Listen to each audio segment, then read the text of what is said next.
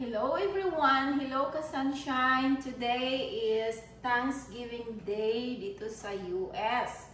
Yesterday, it's my birthday. So, magluluto tayo ng king crab and steak, and we have turkey in the oven. At ngayon, magagawa ako ng macaroni salad Filipino style. So, ito yung ingredients natin kasi may work ako kahapon, birthday ko, sinabay ko na lang sa Thanksgiving. So, maggagawa tayo ng macaroni salad. Yung ingredients natin, yung elbow macaroni. Kasi favorite ko yan nung bata pa ako. Fruit cocktail, and of course, mayonnaise, and condensed milk. And lagyan din natin siyang half and half cream. And raisin, cheese, and apples. Yan ang ingredients natin sa ating macaroni salad. And nag-ano na tayo dito ng tubig. Nagpakulo na tayo ng tubig. Lagyan lang natin ng salt and ilagay natin ang ating macaroni. Okay, salt ang ating water. Yan, salt lang ang ilagay ko, like putting oil on my pasta. Yan, lagay natin ang ating pasta. Ilan lang natin ang ating pasta ng 7 to 8 minutes. Okay, let it boil. Okay, mix na lang natin ang ating ingredients. Macaroni.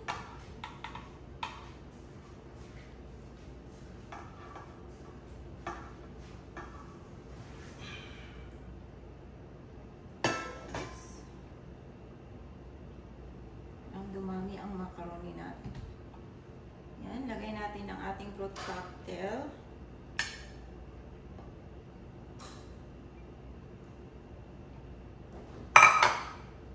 Lagyan ko ng apples. Yan. Raisin.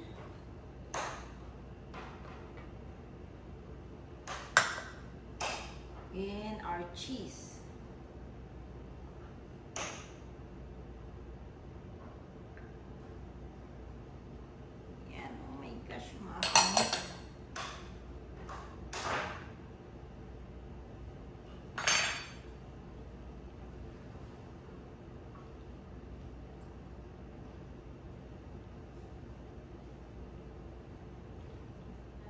Ating mayonnaise.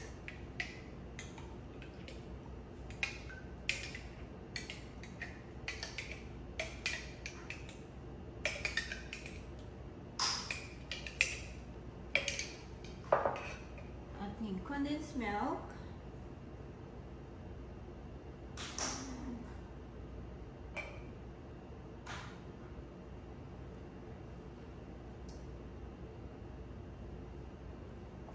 Ng condensed milk.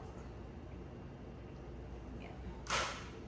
Ilagyan natin ng half and half cream. Yan. Mix natin. Okay.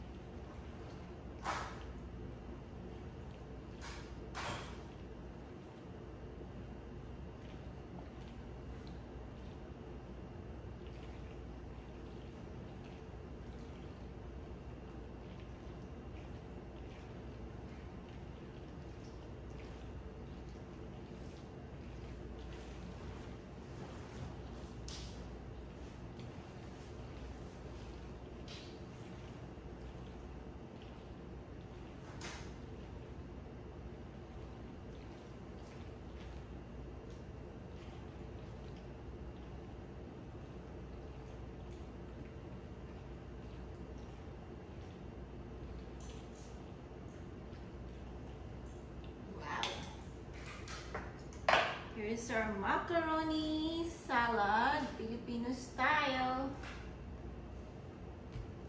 Lagay lang natin sa fridge para lumamig. Then, tikman natin mamaya. Alright, see you next week. God bless everyone. Bye!